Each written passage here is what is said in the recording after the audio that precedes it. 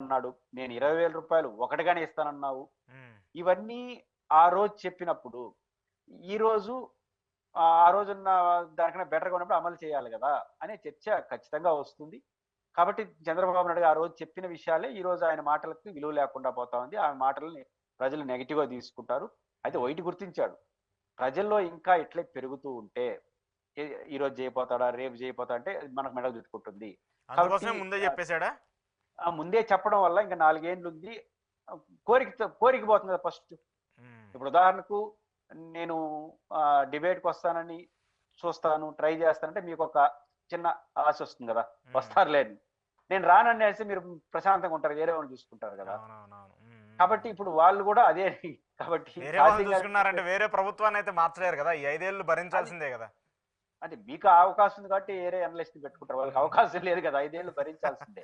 ఆ! పాయింట్ ఏందంటే హ్మ్. మౌనంగానే ఉంటారు కదా! ఇంక సాధ్యం కాదు తిట్టుకుంటానో, గిట్టుకుంటానో హ్మ్. ఉంటారు. హ్మ్. అనేది వారు పొలిటికల్‌గా చూసినప్పుడు అది కొంచెం కరెక్టే. కాకపోతే ఇంకొక అడుగు ముందుకేసి నేను ఆ రోజు మీకు మాటిచ్చాను. ఇచ్చుండాల్సింది కాదు. ఇది పరిమితి అని సంజయ్ అన్న చెప్పుంటే కొంచెం విలువొచ్చుండేది. హ్మ్.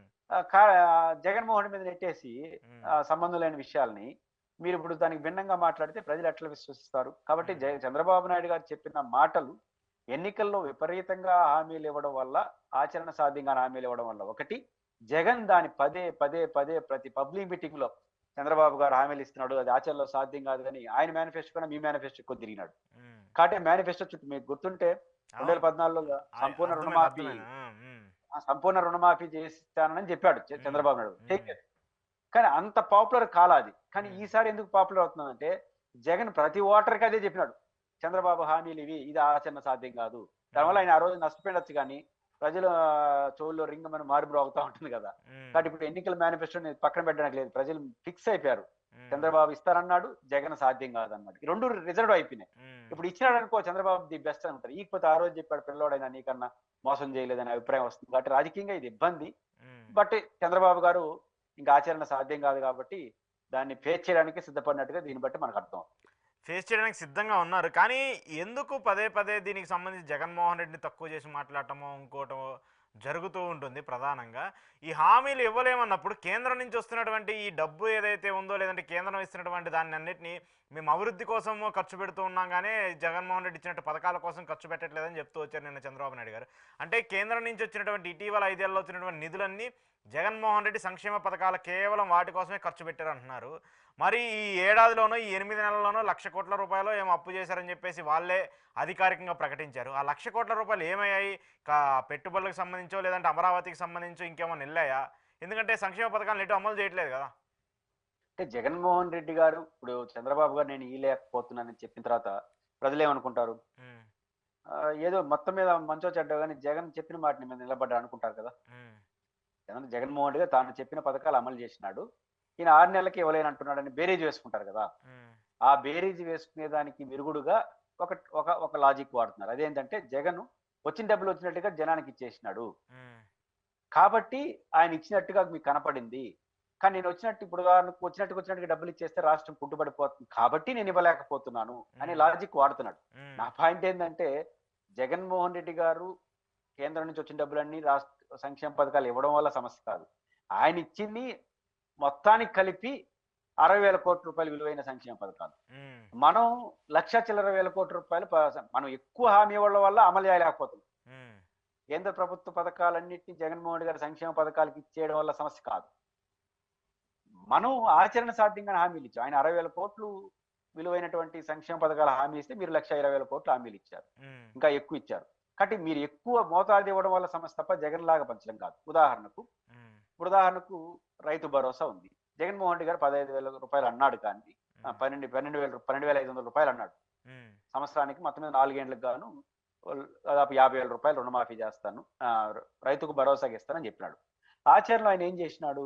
హ్మ్. 13,500 ఇచ్చాడు. ఎట్లిచ్చా అంటే కేంద్ర ప్రభుత్వం ఇచ్చే 6,000తో పాటు ఈయన ఒక 7,500 యేసుకొని 13,500గా ఇచ్చినాడు. అవును. అవును. హ్మ్. ఈ పంచడం ఎట్టవుతుంది? హ్మ్. కేంద్ర ప్రభుత్వం ఇచ్చిన దాన్ని తన హామీని మెర్జ్ చేసుకొని తెలివిగా వ్యవహరించాడు. రైతుకి ఎంతో కొంత ప్రయోజనం ఉంది. కేంద్ర డబ్బా, రాష్ట్ర డబ్బు కాదు. హ్మ్. మరి మీరు కూడా ఇవ్వండి. ఇప్పుడు కేంద్ర ప్రభుత్వం 3 దఫాలుగా ఇచ్చేసింది డబ్బు. రూ. హ్మ్. 6,000. హ్మ్. మీరు కూడా జగన్ లాగా 6,000 వచ్చుంటే 12,000 వచ్చి ఉంటుంది కదా! హ్మ్. వచ్చింది కదా, మీరు పంచలేరు కదా. జగన్మోహన్ రెడ్డి గారు కేంద్రం నుంచి వచ్చిన ప్రతిదాన్ని పనిచేశాడు అనేది అబద్ధం. ఉమ్, ఆయన పనిచేశాడు కాబట్టి చేసినాడని కాదు. ఆయన కన్నా మీరు ఆచరణ సాధ్యంగా హామీలు ఇచ్చారు కాబట్టి మీరు చేయలేకపోతున్నారు. ఓకే. 2 జగన్మోహన్ రెడ్డి అన్ని పనిచేయడం. నేను రైతు భరోసా చెప్పాను. ఉమ్, అదే విధంగా కొన్ని స్కూల్ డెవలప్మెంట్ కానీ ఇట్లాంటి చాలా వచ్చాయి. అవన్నీ ఏం జనానికి అవును. పంచలేదే. ఉమ్, డెవలప్మెంట్‌కే వాడాడు. ఉమ్, ఇప్పుడు పోలవరం డబ్బులున్నాయి. ఎవరికి పనిచేసినారు? పోలవరానికి కేంద్ర ప్రభుత్వం ఇచ్చింది. పోలవరం డబ్బులు ఖర్చు పెట్టారా? బయటకి ఇచ్చేసినారా? ఉమ్, కాబట్టి అది ఎక్కడ కూడా కేంద్ర ప్రభుత్వం ఏరే వారు ఇప్పుడు చంద్రబాబు గారికి చేయిందేంది? అయితే అమరావతికి 15,000 కోట్ల రూపాయలు ప్రపంచ బ్యాంక్ లోన్ ఇంకా ఉమ్, ఇస్తుందని హామీ ఇచ్చింది. జరుగుతుంది ప్రాసెస్. ఇస్తుంది. కంతుల వారీగా ఇస్తుంది. అదేవిధంగా నాబార్డ్ నుంచో ఇంకో అడ్కో నుంచి ఇంకో 11,000 కోట్లు తెచ్చుకునే పనిలో ఉండాలి. ఇంకా ఉమ్, విశాఖపట్నానికి 10,000 కోట్ల రూపాయలు ఎంతో ప్యాకేజ్ ఇచ్చారు. అది కూడా ఇవ్వలా. ఉమ్, కాబట్టి దీన్ని నేను ఆ జగన్ లాగా వాడినాను. ఇంక వాడేది సంవత్సరం మొదటి ఫైనాన్స్ ఇయర్ పూర్తయ్యే లోపల అంటే చంద్రబాబు గారు 1 ఇయర్ పరిపాలన అయ్యేంత వరకు ఈ 3 ఖాతాల నుంచి రూపాయి రాదు ప్రభుత్వానికి. ఇంకా ఓకే. మళ్ళీ వస్తాయి, మెల్లిగా వస్తాయి. ఉమ్, వాళ్ళు ఇచ్చేసినట్టు ఈయన దానికి ఖర్చు పెట్టినట్టు ఎందుకు? ఆ డబ్బులే ఇంతవరకు రాలేదు. వచ్చే డబ్బుల గురించి మనం మాట్లాడదాం. ఉమ్, ఈ మొత్తం పాయింట్ నాకు అర్థమైంది ఏంటంటే చంద్రబాబు గారు 2 గెస్ చేశాడు. ఒకటి, మనం ఇట్లే గమ్మున ఉంటే ప్రజలు ఆశలు పెంచుకొని మనం మెడ చుట్టుకుంటుంది. ఓకే, ఇప్పుడు ఇవ్వలేని అంటున్నాడు. ఇవ్వలేని అనగానే ఆ జగన్ మేలు కదా అని జనం అనుకుంటారేమో. కాబట్టి దాన్ని ఇరుగుడు కోసం జగన్ అనే వ్యక్తి వచ్చిన డబ్బులు పనిచేసినాడు. నేను అట్లా చెయ్యను, డెవలప్మెంట్ పెడతాను అంటున్నాడు. సమస్య కేంద్ర ప్రభుత్వం ఇచ్చిన డబ్బులు పెడతానంటే కేంద్ర ప్రభుత్వం ఇప్పటివరకు మీకు ఇచ్చిందని జనానికే పోయినాయి. ఉమ్, కేంద్ర ప్రభుత్వ సహకారంతో అప్పులు తీసుకొస్తున్నారు. ఇంతవరకు ఒక పైసా రాలా. ఓకే. దాన్ని రాకుండా ఖర్చు పెట్టలేదని మీరు ఎట్లా చెప్తారు? ఖచ్చితంగా రేపు ఖచ్చితంగా అమరావతి పెట్టాల్సిందే, పోలవరం డబ్బు పెట్టాల్సిందే. అదే విధంగా విశాఖ స్టీల్ ప్లాంట్ ఇట్లాంటి డబ్బులు జగన్ ఉన్నప్పుడు కూడా వాటికే అయినాయి. దానికి వచ్చే డబ్బులు దీనికి ఒక పెట్టలేడు. కానీ ఖాతాలు ఇప్పుడు గ్రామీణ రోడ్లు డెవలప్మెంట్కి వచ్చి ఇట్లాంటివి డైవర్ట్ చేసినచ్చు మళ్ళీ చేస్తుండొచ్చావు. కానీ ఉమ్, కీలకమైన అప్పుల విషయాల్లో వాడు చేసింది.